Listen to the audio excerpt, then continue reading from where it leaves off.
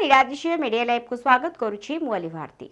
Dasharathpur block डाहाणहता पंचायतस्थ बौलांग Dalai साहिठारे नूतन भावे निर्माणाधीन Shri Shri Narayan community centre गृहर उद्घाटन उत्सव अनुष्ठित हो जाइछि। एही परिप्रेक्षी रे आज जाजपुर विधायकंकर प्रतिनिधि कर्नाट केसरी दास मुख्य अतिथि भाव जोग देथिले। तासह नूतन भाव निर्माणाधीन श्री श्री नारायण कम्युनिटी सेंटर गृहटी को उद्घाटन मध्य करथिले। एही कार्यक्रम रे सम्मानित अतिथि भावे डाहाणहता पंचायत सरपंच पद्मावती विश्वास, समिति सभ्या सस्मिता जेना, ब्लॉक बीजेडी सभापति अजय कुमार महांती प्रमुख जोग देथिले। बौड़ांग दलाई साहिर जनसाधारण माने एही कार्यक्रम रो परिचालन रे संपूर्ण रूपे सहयोग करथिले।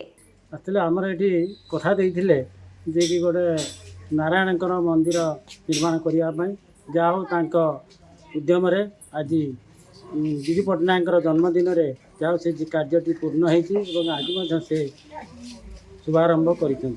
नारायण ठाकुर बसंती पाल पड़ी आमे कथा देइथिलु ए साहिर समस्त बुद्धिजीवी को महिला को एवं आम सार को आमे आसंता वर्ष ए घरटी कंप्लीट करिमु।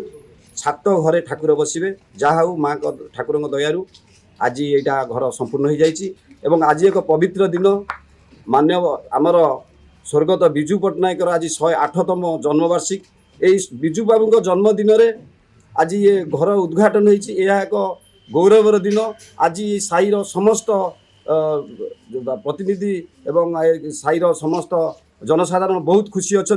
आमे भी खुशी अच्छु जे आमे कथा देइथिलु जहा ता समय पूर्व संपूर्ण करिछु। जाजपुर जिला प्रतिनिधि जयप्रकाश नायक का रिपोर्ट नीलाद्रिशय मीडिया लाइव। एभली खबर पाइबा पई आम चैनल को लाइक, शेयर और सब्सक्राइब करंतु। नमस्कार।